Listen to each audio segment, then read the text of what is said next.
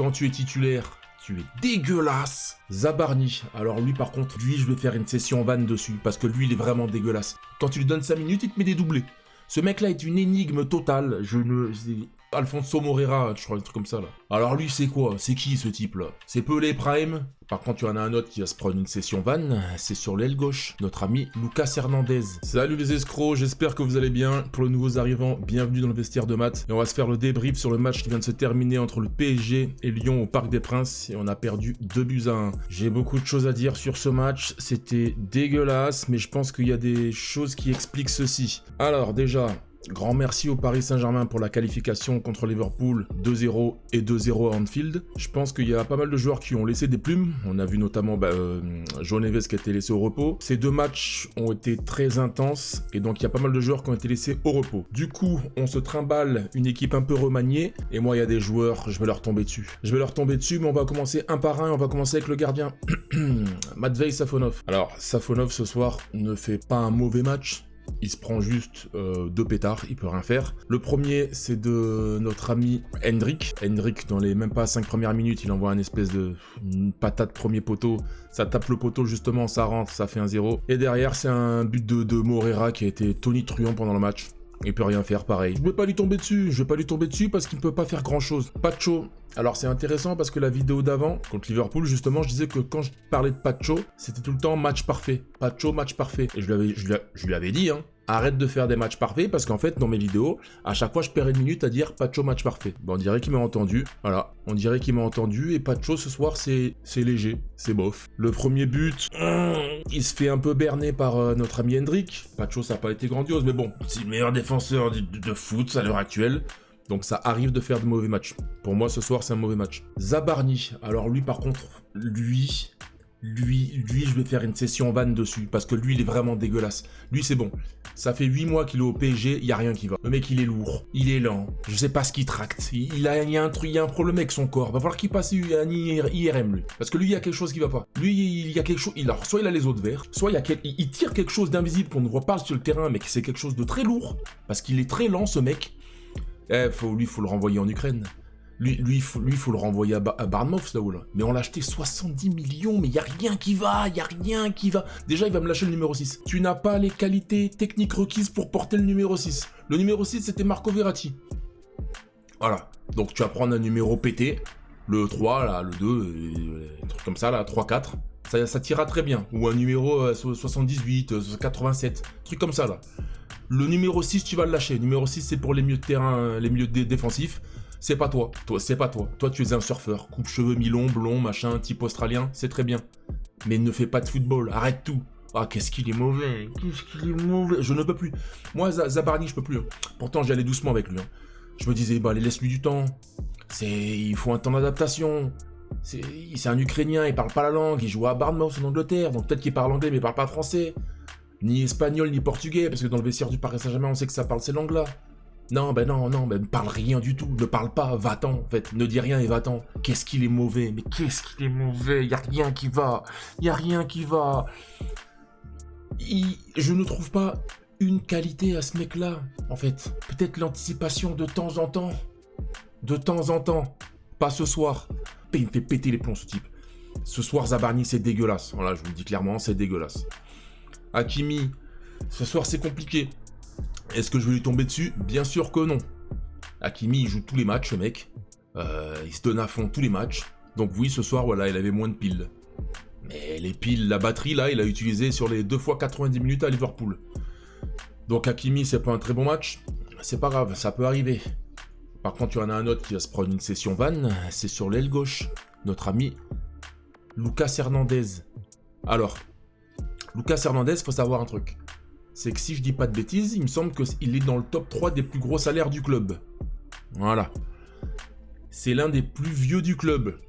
Voilà. Et il n'est pas titulaire. Donc mon pote, quand tu rentres en jeu, ce serait bien que tu sois au niveau. Parce que là, en ce moment, tu es dégueulasse. On a vu contre Liverpool, Nuno Mendes s'est blessé, tu es rentré, t'as pris un bouillon de fou contre Salah. Heureusement que Pacho était là. Ce soir, c'est pareil, tu te fais dégommer par Moreira, là, je sais pas qui, là, l'autre, là, de Lyon. Non, Hernandez, non. Hernandez, va falloir faire quelque chose parce que c'est plus possible. Il nous faut une doublure à Nuno Mendes. Lui, c'est pas possible. En parlant de doublure, Kluivert, mais s'il fait des matchs comme ça à tous les matchs, mais signons-le. Voilà, prenons Kluivert. Ou Diego Moreira de Strasbourg, qui est très fort aussi en latéral gauche. C'est pas possible.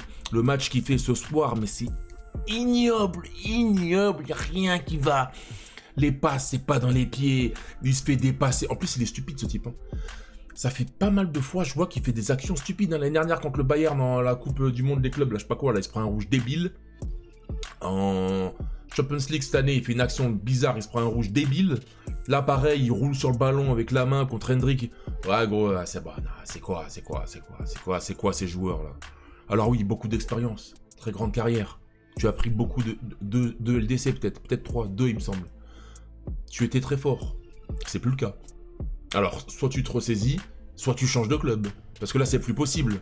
Le niveau qu'il affiche depuis quelques semaines, ou voire des mois, non, c'est pas possible. Comment on va faire? Mais j'espère que Nuno Mendes va revenir. Parce que si c'est lui qui joue contre le Bayern, bah c'est bon les gars. Ne jouons même pas. Hein. Ne jouons même pas.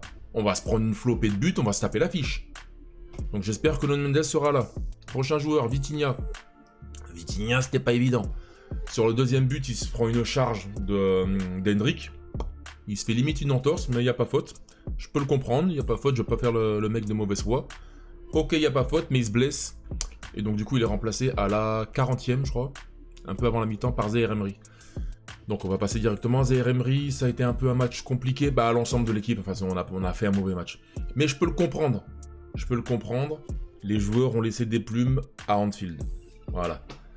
Donc Warren, Zaïre Emery, c'est pas évident ce match-là. C'est pas facile. Je l'ai pas reconnu tout simplement. Pas très dur. Pas très fort dans les impacts. Les passes, j'ai vu des passes en touche pour Kanginli, des passes en touche à 7 mètres.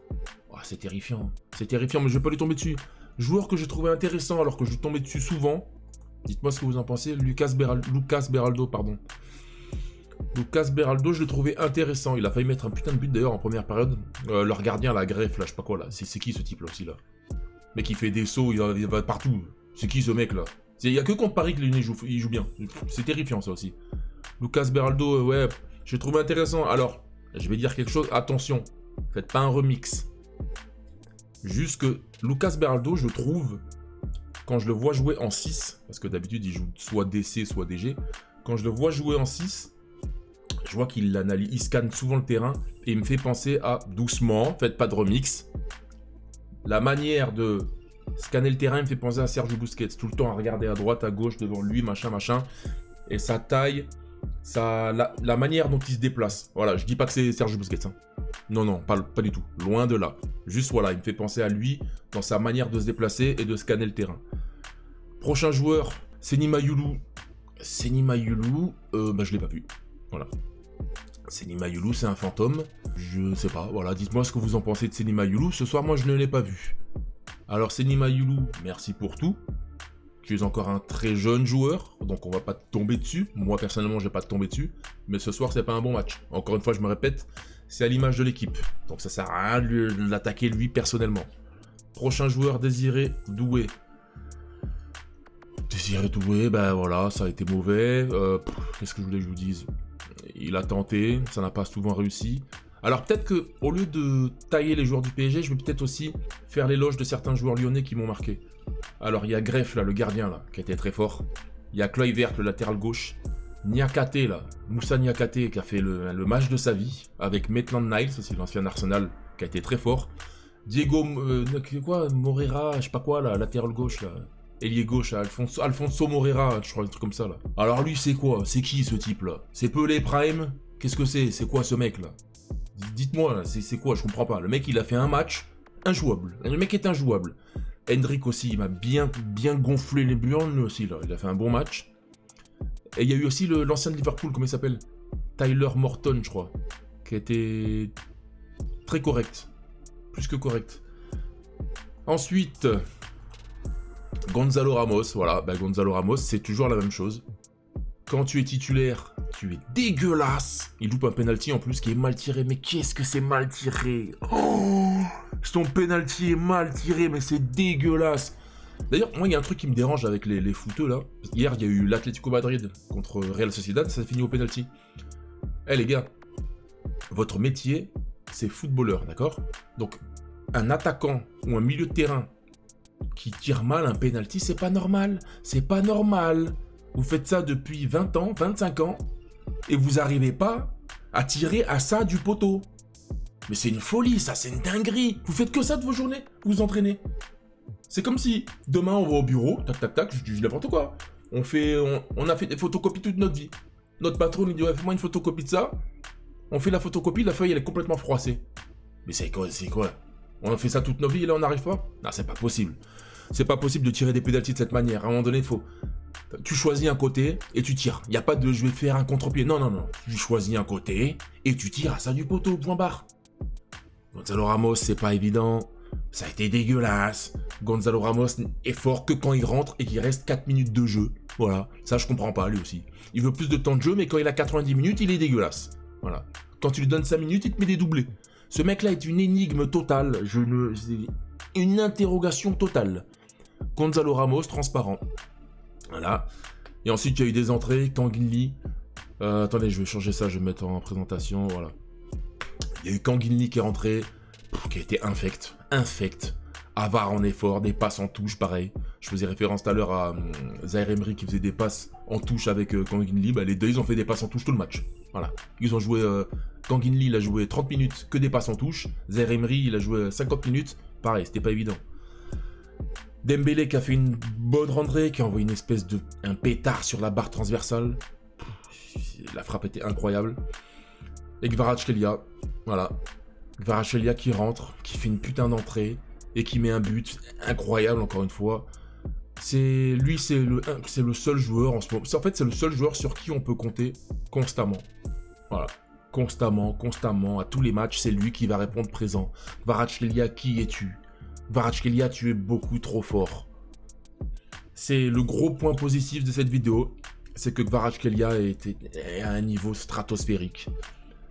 Bon, bah écoutez, ça va être la fin de la vidéo. C'est une défaite du Paris Saint-Germain 2-1. Encore une fois, je vais me répéter, il faut pas s'alarmer. On est toujours premier à 1 point ou 2 points de lance, il me semble. Les joueurs ont laissé des plumes. Il y a eu la double confrontation contre Liverpool. On s'est qualifié en demi-finale de Ligue des Champions. On affrontera le Bayern Munich. Donc Luis Enrique a fait tourner et il a eu raison, je pense. Par contre, voilà, j'espère qu'on va retrouver Nuno Mendes très rapidement. Parce que Hernandez, c'est pas possible, je n'y arrive plus. Dites-moi ce que vous en pensez en commentaire. Si la vidéo vous a plu, les gars, n'oubliez pas. Et on s'abonne. Je poste des vidéos fréquemment. J'ai aussi un compte TikTok qui s'intitule Le Vestiaire de Maths. Instagram, pareil, Le Vestiaire de Maths.